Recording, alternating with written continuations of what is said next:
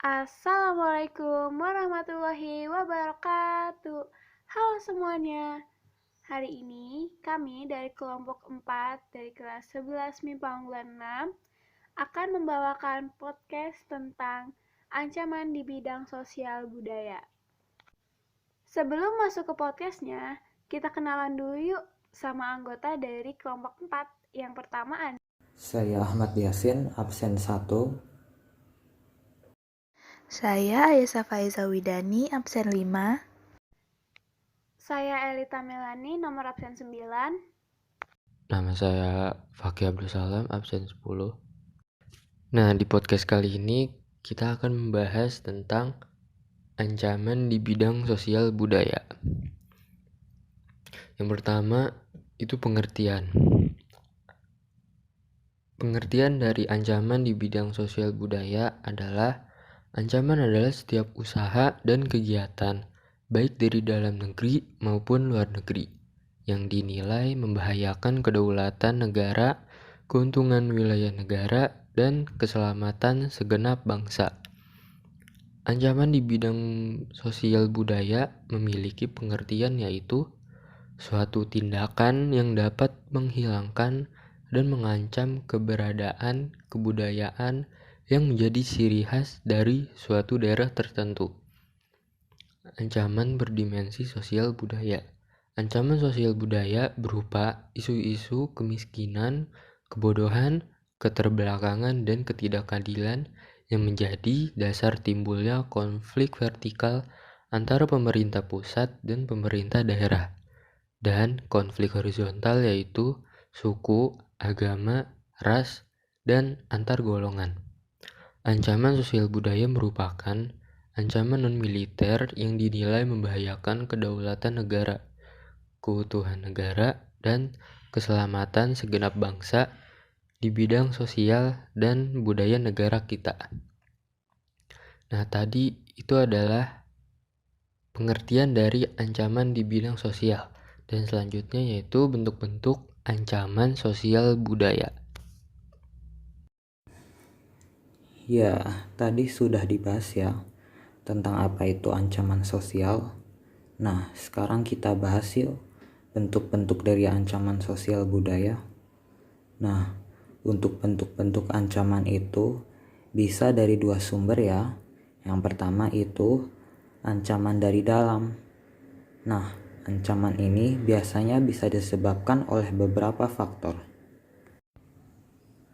Apa aja sih faktor-faktornya?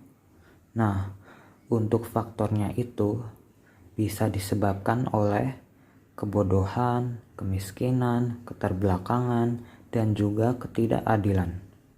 Nah, dari faktor-faktor yang tadi udah aku sebutin itu juga bisa memberikan akibat yang dapat membentuk ancaman sosial budaya sendiri, yaitu seperti separatisme, terorisme, kekerasan, bahkan bisa juga loh mengakibatkan bencana. Tapi untuk bencana ini sendiri bisa aja bencana yang disebabkan oleh ulah manusia, bukannya alam ya. Tapi bisa aja sih berdampak tidak langsung pada alam dan terjadilah bencana alam. Tadi itu ancaman dari dalam ya. Sekarang kita bahas ancaman dari luar. Nah, proses ancaman yang terjadi di bidang sosial budaya yang datang dari luar negeri berawal dari media massa yang saat ini menjamur. Kemudian, globalisasi membuat batas negara seperti tidak terlihat. Dari sini, setiap informasi dapat dilihat dan diterima dalam waktu yang singkat, sehingga nilai budaya asli bangsa dapat tergantikan oleh budaya yang datang dari luar. Untuk ancaman dari luar ini, bisa nih menyebabkan beberapa hal yang menyimpang dari norma kehidupan bermasyarakat. Nih aku sebutin ya. Yang pertama, ada gaya hidup konsumtif, lalu budaya semangat gotong royong, kepedulian, solidaritas, dan kesetiakawanan. Kemudian, lunturnya nilai keagamaan, munculnya sikap hedonisme, lalu ada individualisme serta westernisasi. Nah, tadi itu tentang bentuk-bentuk ancaman sosial budaya. Sekarang kita beralih ke contoh-contohnya ya. Nah, setelah tadi kita sudah bahas tentang bentuk-bentuk ancaman sosial budaya, sekarang kita akan bahas contoh ancaman sosial budaya yang terjadi di Indonesia. Yang pertama itu ada gerakan separatisme. Gerakan separatisme adalah gerakan yang bersifat mengacau atau menghancurkan untuk mendapatkan kedaulatan dan memisahkan suatu wilayah atau kelompok manusia yang dilakukan oleh gerombolan pengacau. Contoh gerakan separatisme yang terjadi di Indonesia yaitu pemberontakan PKI, pemberontakan DII, Gerakan Aceh Merdeka, Organisasi Papua Merdeka, dan Republik Maluku Selatan. Nah, selanjutnya ada konflik horizontal. Konflik horizontal adalah konflik yang terjadi antar individu atau kelompok organisasi yang memiliki kedudukan yang sama atau setara. Contohnya yang terjadi di Indonesia yaitu konflik Poso, konflik Sampit, dan konflik Ambon. Nah, yang ketiga ada bencana akibat perbuatan manusia.